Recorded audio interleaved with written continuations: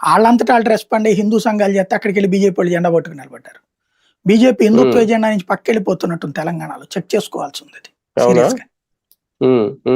అంటే చిన్న స్థాయి వ్యక్తి ఏం మాట్లాడింది కాదు కదా, ఇది ఒక సీఎం స్థాయి వ్యక్తి మాట్లాడితే దేశవ్యాప్తంగా మాట్లాడాల్సిన అంశం రావట్లేదు. వాళ్ళు ఆలోచించుకోవాలి, ఆత్మవిమర్శ చేసుకోవాలి. ఆ స్థాయి స్పందన అయితే లేదు నిన్న. సార్ కానీ ఇలాంటి వ్యాఖ్యలు చేసినప్పుడు ప్రజా వ్యతిరేకత లేదంటే హిందూ వ్యతిరేకత మూట కట్టుకోదా అధికార పార్టీ? మన దేశంలో ఒక దౌర్భాగ్యం ఏంటంటే ముస్లింలకు సంబంధించి ప్రాబ్లం వస్తే మొత్తం ముస్లింలు తమకు ప్రాబ్లం క్రియేట్ చేసిన వ్యతిరేకంగా ఓటేస్తారు. క్రైస్తవులు అట్లాగే చేస్తారు. హిందువులు కులం వేరు, మతం వేరు, వర్గం వేరు, వర్ణం వేరు, మా నాయకుడు వేరు.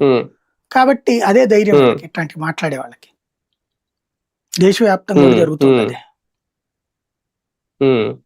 అంటే క్షమాపణ చెప్పాలా లేదంటే తప్పు సరిదిద్దుకోవాలా? కవరేజ్ చెప్పేశారు, లేదు ఇలా వదిలేస్తే ఆయన క్షమాపణ చెప్పడు, కాకపోతే వివరణ ఇచ్చేశాడు. ఇక అక్కడితో సర్దుకోవని అంతే.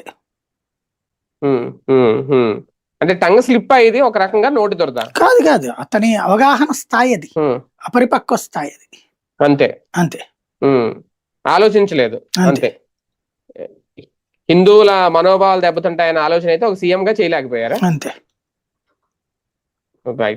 రైట్ చూద్దాం. మొత్తానికి రేవంత్ రెడ్డి చేసిన వ్యాఖ్యలు ఏవైతే ఉన్నాయో, ముఖ్యమంత్రి స్థాయిలో ఉన్న వ్యక్తి ఎంతవరకు కరెక్ట్ మాట్లాడడం, హిందువులు అయితే ఖచ్చితంగా వీటిని యాక్సెప్ట్ చేయలేకపోతున్నారు. అంటే ఉదాహరణలుగా ఎగ్జాంపుల్ గా హిందూ దేవుళ్ళనే ఎందుకు ప్రస్తావించాలి?